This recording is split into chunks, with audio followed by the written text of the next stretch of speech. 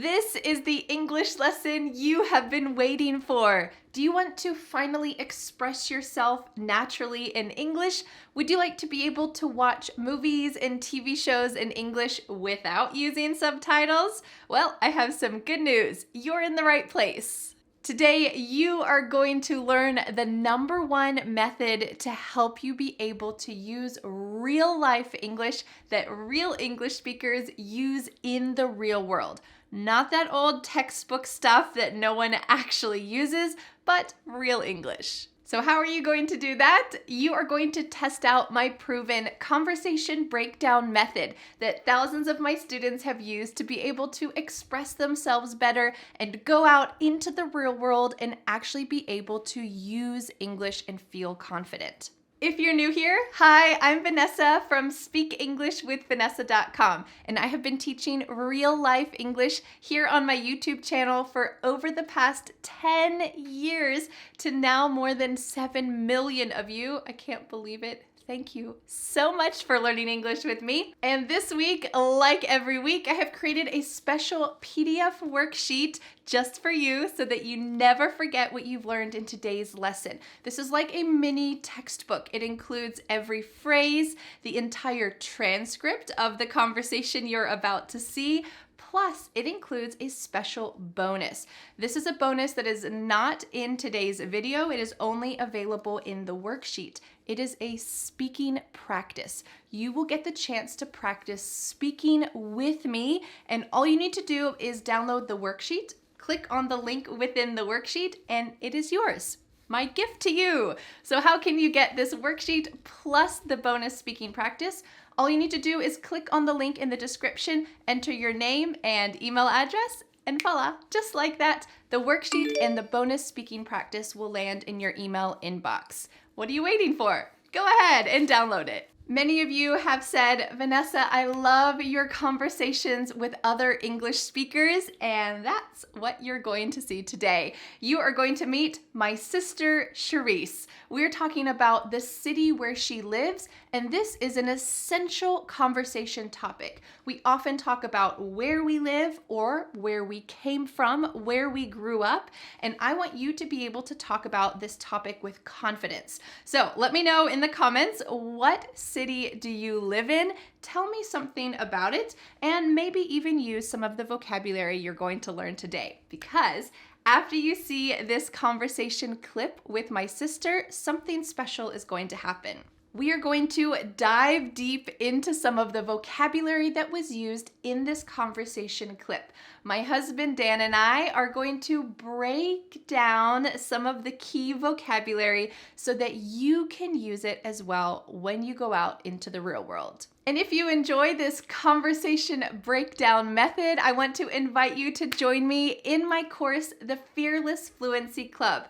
We break down real-life conversations like this every single month, plus you have the opportunity to join me for a weekly live stream lesson. You can ask me any questions you need to about English, and many students join each other to speak on Zoom and really use what they've learned every single week. You can click on the link in the description to join us right now for only $5 for the first month. Try it out, see if it works for you. I am sure you're going to love it. All right, I will tell you some more about the Fearless Fluency Club in a little bit, but for now, let's go on and meet my sister and see a portion of our conversation about where she lives. Let's go. Hi everyone, I'm here with my sister Shereice. Some of you who've been in the course for a long time might recognize her, but we're glad to chat again, and we're going to talk about where she lives, which might be a place you visited, might be a place you're interested in, and we can just talk about the city and different things because the US is such a huge place. Yep. There's a lot of variety. So where do you live? I live in San Diego, California. Cool. Which is in the lower southeastern portion of California. Yeah, it's like as south as you can get in California. It is. Any more south and we'd be in Tijuana. Yeah, you said you can see Mexico from a highway that we go on all the time. Okay. It's very close. Cool. So we could go probably anytime, but haven't been yet. And you haven't been there long. So let's start at the beginning. Why did you move to San Diego? Because there's many places in the U.S.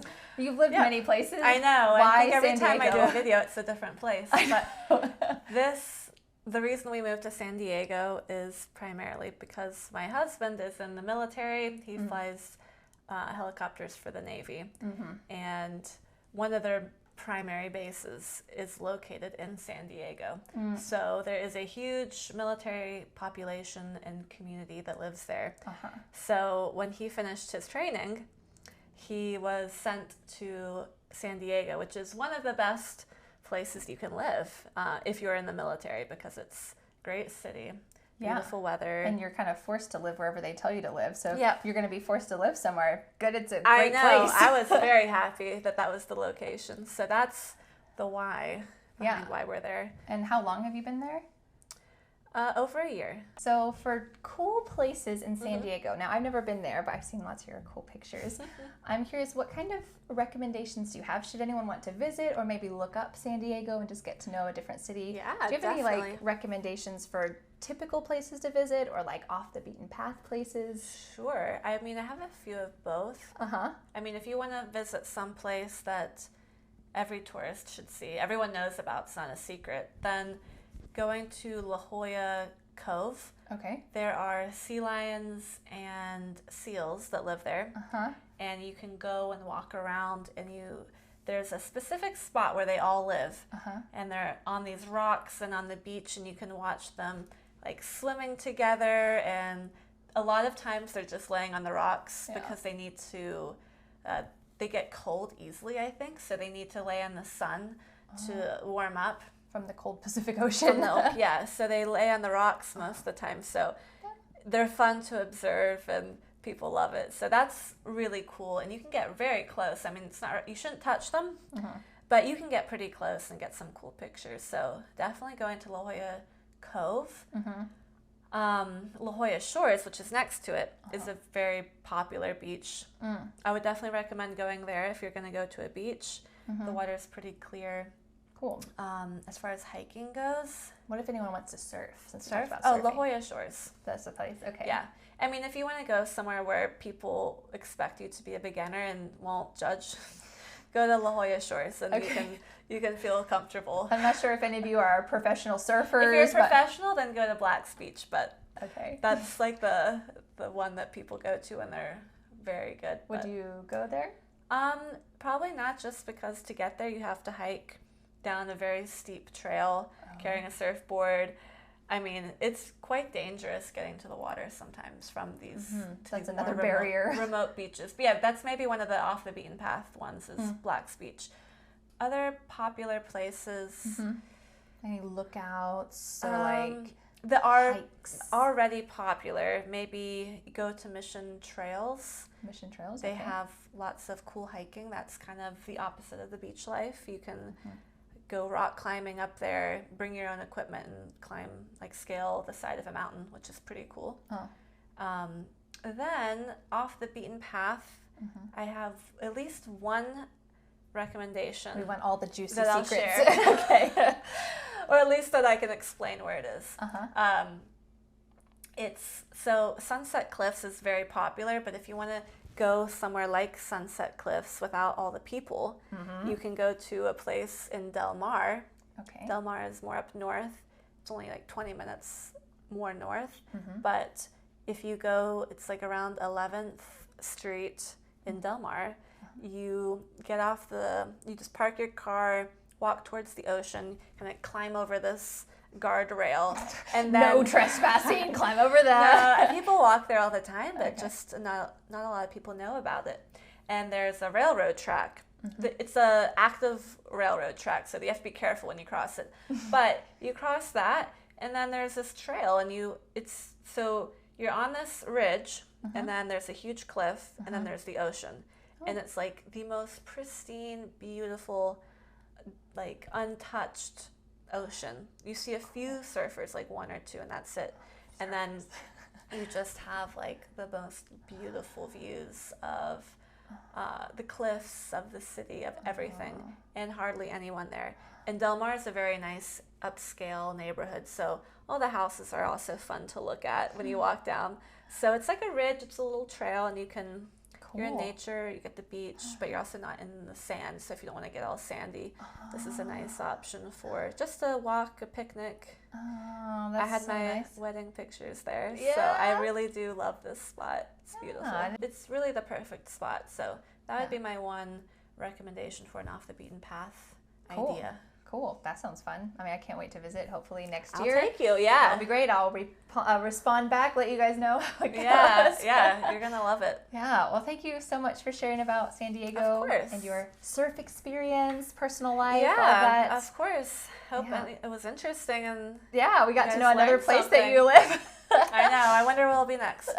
know. Maybe Florida. We'll see. I never know. Oh, we'll see. Yeah. Well, thank you so much, everyone. Thanks for joining us. Thank you, Shereice. Thank you. Thanks. Bye. Bye. Well, great work listening to that portion of our conversation. The full conversation we are going to be studying this month in the Fearless Fluency Club. And now it's time to break down 3 key vocabulary phrases that you heard in that conversation. My husband Dan and I are going to give you a lot of sample sentences. We're going to tell some stories. We're going to make this as memorable as possible so that they will stick in your mind and you'll be able to use them too. All right, let's go to vocabulary. All right, are you ready to get started? I'm ready. Let's do it. The first expression that we're going to talk about is actually 2 for 1. It is primary and primarily. This has to do with the main thing, the main reason, the main aspect of something. And in the conversation with Shereice, she said that they moved to San Diego primarily because her husband is in the military. So we can get the sense that the number one reason is because her husband is in the military. And there's a small chance they would have moved there anyway, but the biggest reason, the primary reason, so if we want to use it as an adjective, we can say primary reason, is because he's in the military. So here we can use it in 2 different ways, 2 different parts of the sentence. Yes, and you can even use this as a noun. For instance, a lot of times we use this in business, I think. If you have an important project, you might say, it is primary that we complete this week. So that's saying that this is the first thing we have to do, or it's the main thing, or the most important thing. It's primary. And I would say this is a little more of a formal word. You don't really say it throughout the day. Like, even if you said something like, I primarily like cereal for breakfast. Even that you could say, but it just doesn't sound quite right. You would, like, casually, you would just say, oh, I love to eat cereal in the morning, or I mostly like to eat cereal. But you could say, I primarily like to eat cereal. Yeah, So, I would recommend using this maybe in slightly more formal situations. You can use it in daily conversation if you wish, and that's totally fine. But I think my sister used it because this was an interview. So maybe she felt like it was a more structured conversation and she used the word primarily, and it's also just personal choice. Yes, so you primarily use primarily in formal situations. Yes, one other example I'd like to give is we use this in an academic setting often to talk about when you're doing research. We might say, I found some really important primary sources. And this means that you're not studying someone else's, let's say you're studying about World War II, and there's a historian who has explained big concepts about World War II. This is not a primary source. Instead, a primary source would be a diary or a journal or someone who experienced that situation, World War II, themselves. So this is a primary source. It's like the first source. So we usually say that those are either the most accurate or potentially the most biased because they are only seeing it through their eyes. Yes. They're not seeing the big picture, but they primary are sources. Yes, they are at least the closest to the actual event. So they're the first people to really witness this event. So that's why it's primary. Yeah, so you might see this in an academic setting where your professor might say, all right, we're going to be looking at some primary sources today about Native Americans or whatever it might be, something that is the first source. All right, let's watch the original clip from the conversation so that you can see how Shereice used primarily. Let's watch. The reason we moved to San Diego is primarily because my husband is in the military. He flies helicopters for the Navy. The reason we moved to San Diego is primarily because my husband is in the military. The reason we moved to San Diego is primarily because my husband is in the military. The next expression is pristine, and this means pure or untouched by humans, or it could just mean clean. So, for example, you could say to somebody, "Wow, your house looks pristine."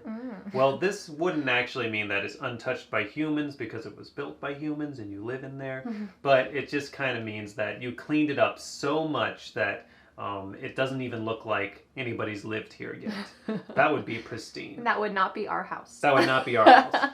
But oftentimes we use this, and I think the fundamental meaning of this would be in nature. If you go see something pristine, that means not many people live there. It's in a natural state. And usually it would mean it's beautiful. So if you're in the middle of the jungle and it's hot and sweaty and muggy and there's bugs all over you, it might be very natural, but you probably wouldn't say pristine. There has to be kind of a calming element. So people often use this for the ocean. That's how Shereice used it.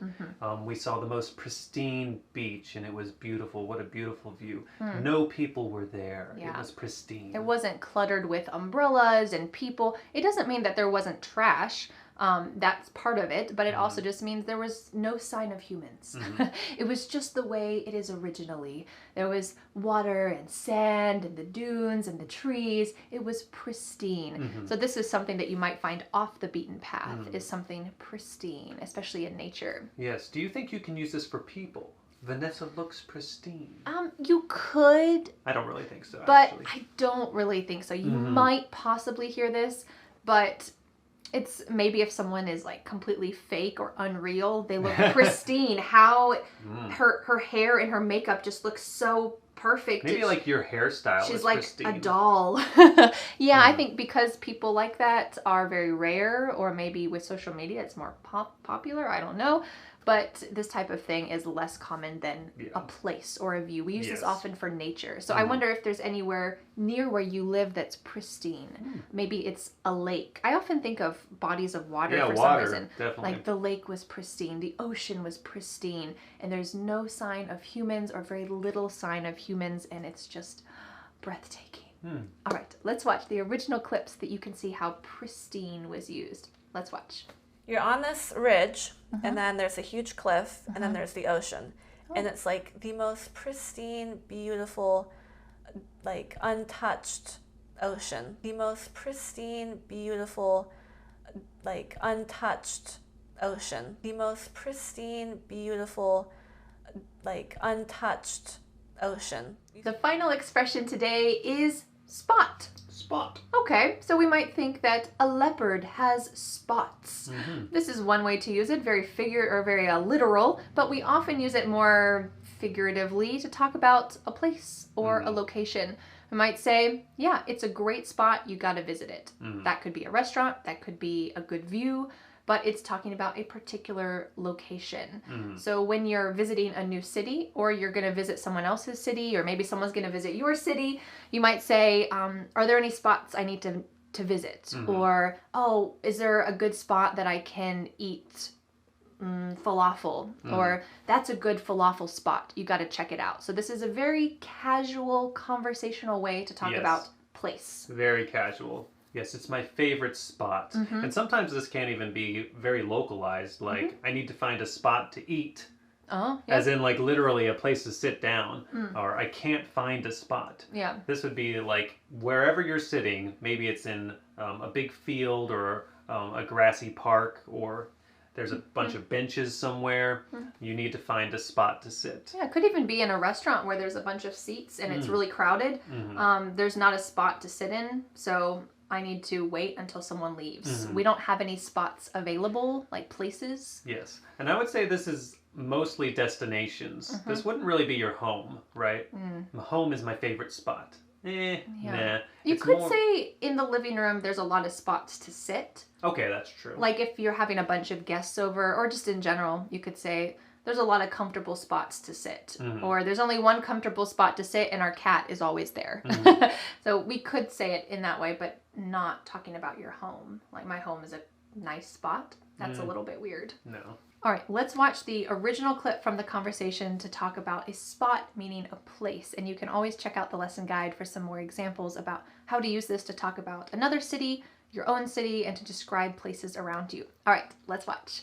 And it's cool to have a little hidden secret too that's a good view and doesn't seem like it's too far away. No, yeah, it's really the perfect spot. So it's really the perfect spot. It's really the perfect spot. It's really the perfect spot. Great work learning those 3 key vocabulary phrases that real English speakers use in the real world. And if you enjoyed today's conversation breakdown method, I want to invite you to join me in the Fearless Fluency Club. Me, along with thousands of other motivated English students, where you will be able to study and really immerse yourself in a real-life conversation like this every single month.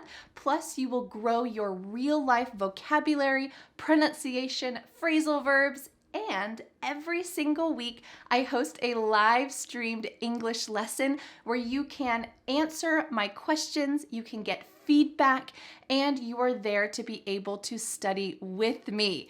And after this live stream lesson every week, students meet together on Zoom and practice speaking together. The only way to improve your speaking skills is to practice speaking, and this is a great way to do it. My student Volker from Germany said, "The biggest game changer was when I found your course. I gave a presentation in front of 50 salesmen and I became more and more confident." That's amazing. My student Garg from Thailand said, "Last month I was working on site with colleagues and I had to speak in English. I had been studying with Vanessa for 4 months and at that event I realized, oh my God, I can communicate in English. I have the confidence to communicate with my colleagues."